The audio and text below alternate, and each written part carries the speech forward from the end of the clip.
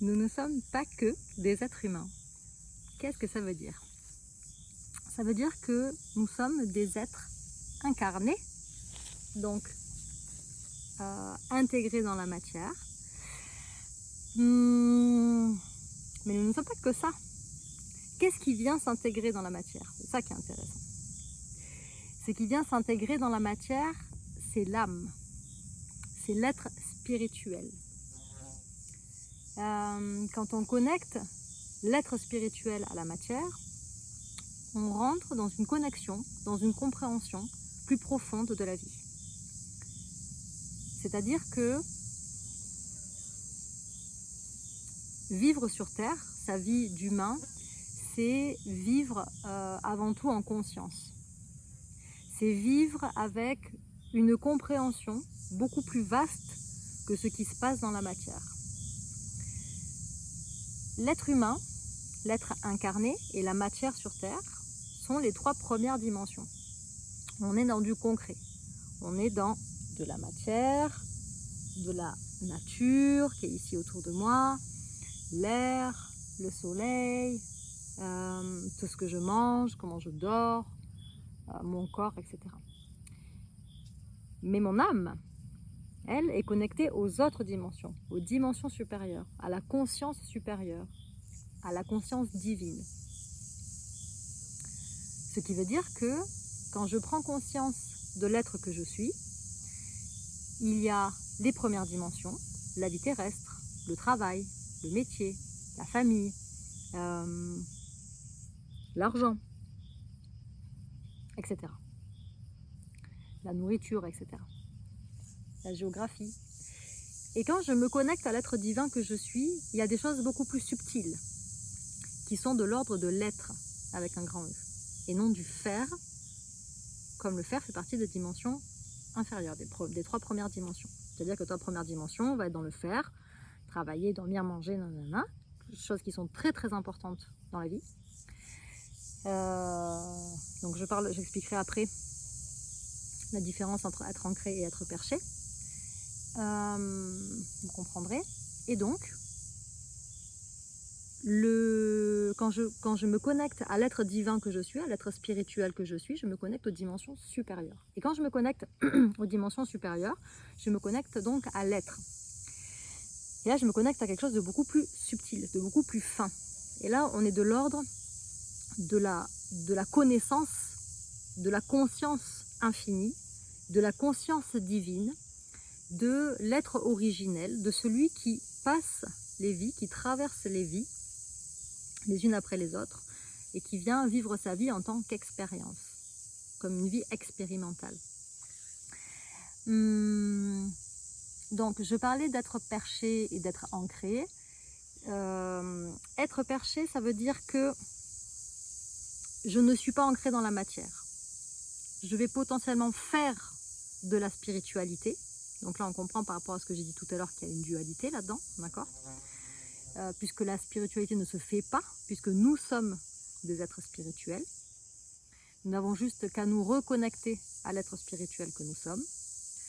Donc, si je fais de la spiritualité, je rentre dans des concepts mentaux. Chose qui est très bien, dans un premier temps. L'étape d'après, c'est d'incarner cette spiritualité. C'est-à-dire que d'abord, on va élaborer des concepts. On va élaborer des concepts qu'on retrouve beaucoup dans le développement personnel. Et c'est OK. Je fais aussi du développement personnel. C'est très, très important. D'accord ? Parce que des fois, à certains stades, on peut renier le développement personnel. Sauf que les deux ne sont pas scindés. Ils vont de pair. D'accord ? C'est comme relier l'âme et le corps. Relier la spiritualité et la matière. Je relie le développement personnel et le développement spirituel. D'accord ? L'un amène à l'autre. Je me nourris de nourriture physique, je mange des légumes, etc. Et je me nourris de prana. Je fais les deux. Je vais à la fois faire des bains de soleil, me régénérer par l'énergie du soleil, par l'énergie de la terre, par l'énergie de l'air, mais aussi je vais me régénérer par de la nourriture vivante. D'accord ? Donc les deux sont toujours reliés. Donc souvent, quand on parle de gens perchés ou de personnes qui se sentent perchées, en tout cas qui ne se sentent pas ancrées, c'est souvent qu'il y a une dispersion mentale. Et cette dispersion mentale va à l'encontre de l'ancrage. Donc le principe ici, c'est de venir s'ancrer sur Terre. On peut voir vraiment l'être physique qui est debout, aligné, les pieds à plat posés sur Terre, connecté au cœur de la Terre-Mère, d'accord ? Et en même temps aligné à l'être divin qu'il est, connecté au cosmos. Et là, je me retrouve alignée entre les deux. Et là, je me retrouve ancrée. Donc, nous sommes plus des êtres humains. Nous sommes plus que des êtres humains. Ça veut pas dire, je ne parle pas ici de concept extraterrestre ou de vision extraterrestre, d'accord ? C'est encore un autre sujet. Je parle vraiment ici d'être, tout simplement, d'être incarné que nous sommes. C'est-à-dire que nous sommes des êtres qui vivons une incarnation, d'accord, une expérience incarnée de plus, puisqu'il y en a eu d'autres avant. Et donc, quand on explore notre vie avec toutes ses dimensions, dans toute sa profondeur, dans toute la profondeur des expériences que l'on vit, c'est-à-dire que l'on traverse nos expériences avec conscience, on comprend qu'il y a quelque chose de magique. Il y a une globalité qui se crée. C'est-à-dire qu'on arrive de ce fait, avec cette conscience-là, cette intégration-là, à sortir du jeu mental et égotique, du Calimero, du oh là là, qu'est-ce qui m'arrive encore, je vis encore cette expérience, etc., etc., qu'est-ce qui se passe, non, du coup là on va avoir un peu plus loin, on va comprendre qu'il y a quelque chose à guérir. Ce qu'on veut en fait quand on vient s'incarner, c'est guérir de tous les traumatismes de ces expériences précédentes. D'accord ? On est des êtres, nous sommes venus ici parce que nous avons une mission sur cette terre. Donc attention, tous les humains n'ont pas cette mission. Nous avons une mission sur cette terre qui est d'accompagner la terre, de se mettre au service de la terre pour cette élévation. Donc, on va pouvoir, par le biais de notre incarnation, nous élever, suivre l'élévation spirituelle, l'élévation vibratoire globale de la Terre. Nous allons pouvoir nous élever avec elle, l'accompagner, mais surtout, on va pouvoir guérir. Parce que dans cette élévation spirituelle, dans cette élévation vibratoire, on va casser tous les schémas mentaux. C'est-à-dire que l'élévation vibratoire, c'est quoi ? C'est je suis dans les premières dimensions, d'accord ? Je suis l'être humain incarné dans les premières dimensions. Et l'élévation vibratoire va me permettre de casser tous les schémas, de casser tous les codes, de casser toutes les illusions et de casser tous les voiles, toutes les croyances, toutes les limitations des premières dimensions pour pouvoir me connecter à l'être divin que je suis tout en étant ancré et incarné dans la matière. Sacré programme. Sacré, c'est le moins qu'on puisse dire. Donc, ce que je vous invite ici à intégrer, c'est cette grandeur. Oui, nous sommes des êtres illimités. C'est une évidence. C'est pas le tout de le comprendre, c'est le tout de le sentir dans tout ce qui se passe dans notre vie, de tout ce qui se passe dans notre jeu, GEU, de l'existence.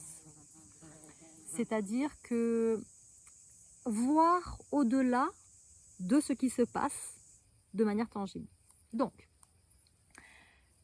ça peut être intéressant de faire ça, par exemple, en prenant conscience des choses qui se répètent dans votre vie, des expériences que vous traversez, que vous vivez, qui ne sont pas toujours faciles, d'accord ? Mais c'est toujours pareil, de mettre quelque chose, de mettre des mots de dualité dans les expériences, ça ne fait que prolonger cette dualité. C'est-à-dire que des êtres incarnés, des expériences qui sont, on va dire, difficiles, sont en fait importantes et honorables, puisqu'elles vont permettre l'élévation. Car elles vont permettre d'abord la prise de conscience et ensuite la transmutation de l'être. Quand on vit quelque chose, on essaie de comprendre le crux. Pourquoi est-ce qu'on vit ces états et ces émotions pas très agréables ? Pourquoi est-ce qu'on vit et revit ça ? Ça, à chaque fois qu'on va le vivre d'une nouvelle fois, on va le vivre d'une nouvelle manière, on va comprendre de nouvelles choses. Et en fait, on va tourner un petit peu autour de ça, et ça va nous permettre, en étant conscient, de comprendre le schéma qui se joue et de comprendre ce qu'on est en train de guérir en fait. Qu'est-ce qu'on est en train de transmuter profondément? Quelle est l'essence de ce que l'on vit qui nous permet d'aller toucher à quelque chose au fond de nous qu'on n'a pas encore touché, qu'on n'a pas encore accepté? Souvent, la plupart des traumatismes ou des expériences désagréables ou des blessures, etc., elles veulent nous amener à nous faire toucher quelque chose de plus grand qui est à l'intérieur de nous. C'est-à-dire que peut-être que pour me rendre compte de l'être divin que je suis, de ma grandeur, je ne parle pas d'ego ici, hein, d'accord? Je ne parle pas de pouvoir, je parle vraiment de puissance de l'être, ce que nous avons tous et toutes. Hein. Pour aller connecter à cela, peut-être que nous allons vivre et traverser, par exemple, la blessure d'abandon. C'est-à-dire qu'à force de croire qu'on se fait abandonner, on va finir par transmuter le truc et se dire « mais non, mais en fait, je n'ai besoin de rien ni de personne. Je peux avancer sereinement, indépendamment. Je n'ai pas besoin d'aller chercher l'amour ou l'approbation des autres, puisque je suis déjà aimé, aimable et adoré par l'univers, par la vie, puisque je suis. » D'accord ? Donc, je vous invite vraiment à observer ce que vous vivez et comment est-ce que vous pouvez tirer la meilleure partie de ça. Quel est le message subtil de l'univers, de votre âme, derrière vos expériences. Et là, on commence l'élévation. Là, on commence à rentrer dans un niveau de conscience beaucoup plus vaste, beaucoup plus grand. D'accord ? Voilà. Alors, je vous souhaite une belle recherche. Je vous invite vraiment à laisser des commentaires, à poser des questions, à partager vos expériences, vos ressentis par rapport à ça.